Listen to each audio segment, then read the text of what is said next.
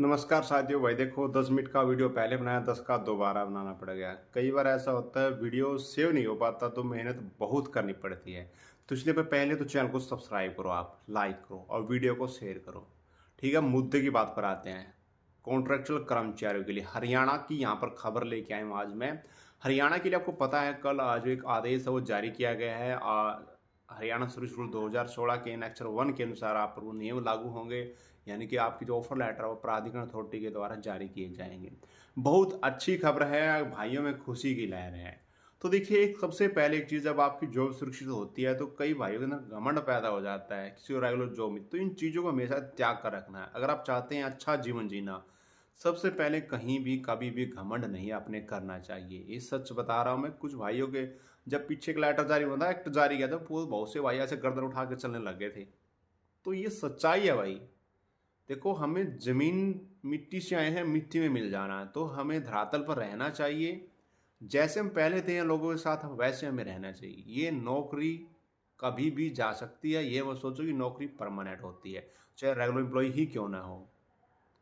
ठीक है, तो कभी भी इसका घमंड नहीं दिखाना। और ये जॉब सुरक्षा कोई ज़्यादा बड़ी वो नहीं है कि आपके लिए सिर्फ आपकी जॉब 58 साल तक है।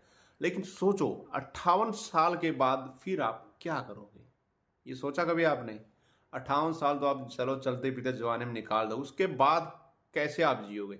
सोचा है? ये ओपीएस क्यों मांग रहे हैं लोग जो रेगुलर एम्प्लॉय है? ओपीएस इसीलिए मांग रहे हैं ताकि हमारा जो बुढ़ापा है वो अच्छे से गुजर बसर हो चुके। इस टाइम हमारे हाथ पांव सब काम करना बंद कर देते हैं। तो हमें चाहिए बुढ़ापे में सवारा, वो होती है ओपीएस। अब जो बेरोजगार होते हैं उनको सरकार ओल्ड वो देती है, भाई बुढ़ापा पेंशन देती है, वो भी इसलिए तो देती है। ठीक है, तो इसलिए ज़्यादा खुश होने वाली बात नहीं है। लेकिन हाँ ठीक है, अब आपका शोषण बंद हो जाएगा, आप गवर्नमेंट एम्प्लॉय के बराबर आ जाओगे। ताकि आपको जो पहले कहते थे ना, तुम ये करो तुम वो करो ऐसे करो, उससे तुम्हें छुटकारा मिल जाएगा। बोलेगा बंदा, सामने वाला 100 बार सोचेगा पहले बोलते टाइम। ठीक है, आप लोगों से जितना काम करवाया जाता है कॉन्ट्रेक्चुअल एम्प्लॉय से, मैं जानता हूँ, मुझे पता है। हर एम्प्लॉय का अपडेट मेरे पास आ जाता है, भले ही वो कैमरे पे ना आए। कैमरे पे आने से आप सब डरते हो। ठीक है, तो कोई बात नहीं है, छोड़िए इन चीज़ों को। सरकार ने आपकी जॉब सुरक्षा कर दी है, ऑफर लेटर आपको मिल जाएंगे। और इस वीडियो में बताएं कौन कौन भाई इसके अंदर आएंगे, और जिन भाइयों को 5 साल से कम है वो उसका क्या समाधान है, क्या वो ऑटोमेटिक इसके अंदर भी आएंगे। ये सब जानकारी आपको मैं बताऊंगा।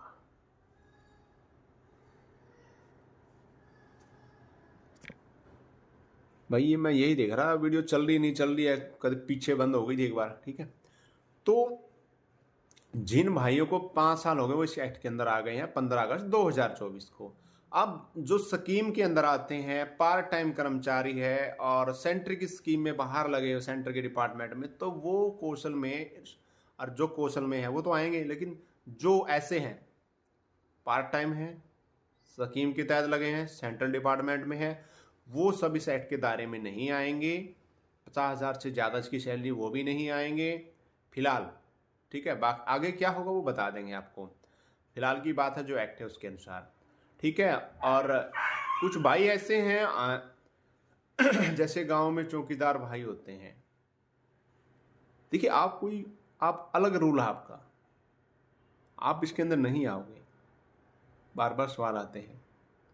जो फुल टाइम बेसिकली है, डिपार्टमेंटों में काम करते हैं, वो इस एक्ट के अंदर आएंगे। जिन भाइयों को 5 साल से कम है, बहुत सी वीडियो देखते हैं भाई भेजते हैं, सर ये कह रहे हैं कि 5 साल वाले ऑटोमेटिक्स के अंदर आए। सिर्फ एक्ट में एक बार बनाया जाता है। एक्ट जो है, यानी कि वो पोछा मार दिया ना, पोछा जो कुछ दब के नीचे दब गया, तो वो पोछा है ये। ठीक है, तो 15 अगस्त 2024 को किसी भाई को 5 साल हो चुके हैं, इससे ज़्यादा वही इसके अंदर आएगा। बाकी आपको अगर आज 5 साल हो रही है ना, आप एक्ट में नहीं आओगे। ये साफ साफ लिखा है कि 14 अगस्त को जारी किया गया, 15 अगस्त से लागू है, इसको 15 अगस्त को 5 साल हो गए। तो भाई आप बताओ, खुद बताओ, पढ़े लिखे हो, ऑटोमेटिक कैसे आ जाओगे इसके अंदर? भाई कोई आपको गुमराह कर रहा है। ये आप बच्चे नहीं हो, एम्प्लॉय हो। और हर एम्प्लॉय को उसके अधिकार पता होना चाहिए, आपको जागरूक होना चाहिए, किसी दूसरों के बहकाव में नहीं आना चाहिए। आपको खुद शिक्षित हो आप।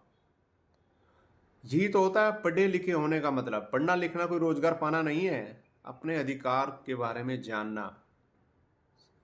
ठीक है, ये होता है पढ़ने लिखने का मतलब। कई भाई सोचते हैं पढ़ने लिखना मतलब वही होता है कि आपको रोज़गार ही मिले।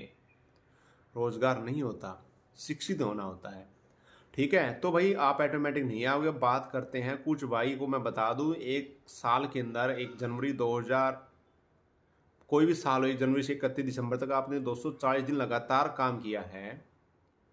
उस साल के अंदर 240 डे आपने काम किया है, बीच में गैप आ गया, फिर काम कर लिया, गैप आ गया, काम कर लिया।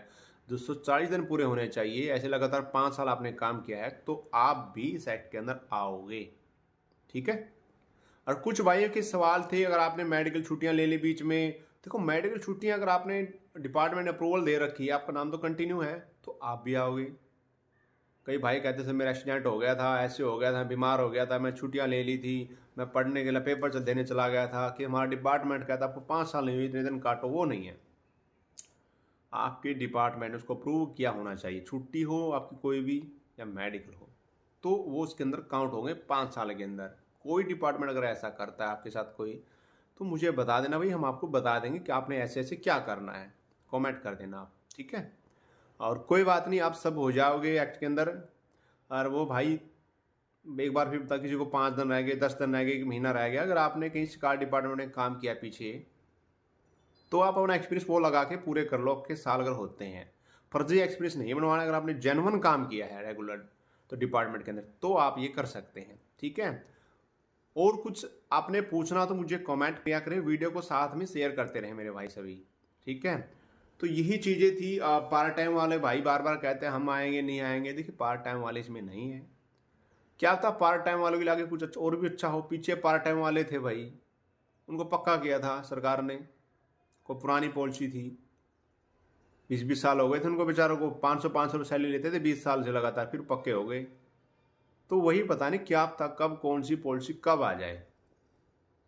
मैंने आपको दिखाया था 1970 से लेकर अब तक कितनी पॉलिसी दिखाई थी आपको एक बार। कल मैंने 2011 की पॉलिसी का विवरण दिया था आपको। तो ऐसे हम आपको बताते रहे, किसी पॉलिसी की आपको जानकारी लेनी किसी साल की, तो मुझे कमेंट कर दिया करें, मैं उस पर वीडियो बना दूंगा। ठीक है, तो भाई घबराने की बात नहीं, जिस भाइयों का नाम ही है 5 साल के अंदर, तो कोई दिक्कत नहीं है। लगातार रेगुलर जॉब की तैयारी करे, अपने कोई बिजनेस सेटअप करे साथ में, यही कहना चाहूँ कॉन्ट्रेक्चुअल एम्प्लॉय को, छोटा मोटा बिजनेस करे साथ में नौकरी करें। ये मेहनत तो आपने करनी होगी भाई हर हाल में। और एक बात और बता दूं, नौकरी गुलामी है, ये भी आपको बता देता हूँ। जो आप खुले यानी कि आज़ादी में कर सकते हो काम, जितने बिजनेस, वो आप नौकरी में नहीं कर सकते हो।